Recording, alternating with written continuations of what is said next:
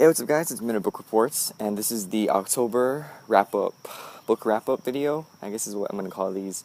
And it's just where I talk about the books that I've reported on and made videos for in the past, month or whatever.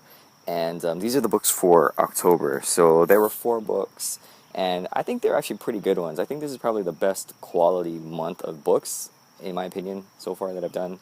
And I've been doing this for over a year now. The first book that I covered was Julie of the Wolves, and I'd always seen this book in the library for like the longest time, and it was that cover with the girl and the wolf and the Eskimo and, the fur and all that, and I was just like, nah, I'm not going to read that book.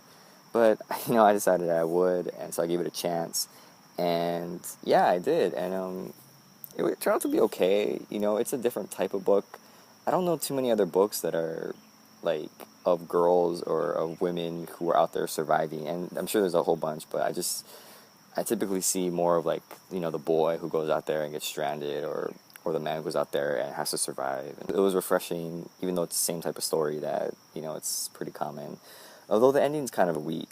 Not really sure what to make up about the ending, but, I definitely enjoyed it. I'm glad I finally picked it up because, now I can say, oh yeah, I actually read that book. So it was okay. Would definitely recommend, but again, ending's a little questionable. The next story that I covered was Everything That Rises Must Converge, and this is from Flannery O'Connor, which is the short story writer. I'm sure she wrote other things, but I mostly know her for short stories. Only reason why I read it was because her collection is entitled that, and so I was like, okay, I'll check out the cover story, I guess. Very different from A Good Man Is Hard to Find, which is the story that I will always associate with her, but still, it was still pretty good. Some racial things in there, I guess, is sort of the idea. I think in her other story, too, race had a lot to do with it as well, or at least it was underlined in the story, but yeah, it was okay. I wouldn't say it was better than A Good Man Is Hard to Find. I still think that story is the best, but again, that's just my opinion, so definitely check it out. It's pretty short, like, all short stories, I guess, but yeah, Good Man, Hard to Find. It was pretty good. The next book is Under the Blood Red Sun, and again, it's kind of a kiddie book, but it's actually quite long for me. But it's a quick read because I remember in 6th grade, we were assigned, to read that book as a class, and,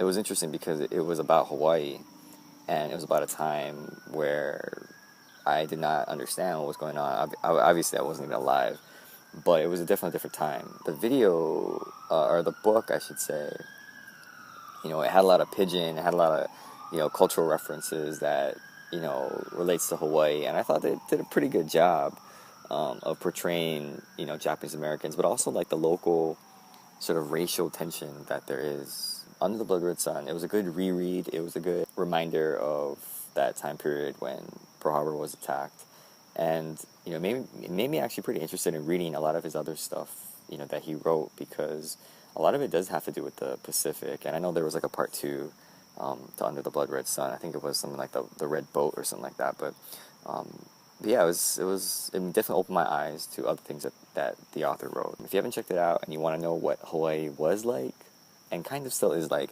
I would definitely recommend that book. And the last book that I read was Tuck Everlasting, and that was recommended to me by a friend.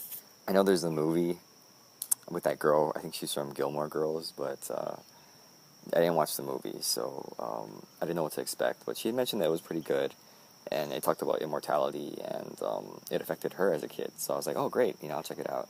And yeah, it was really good.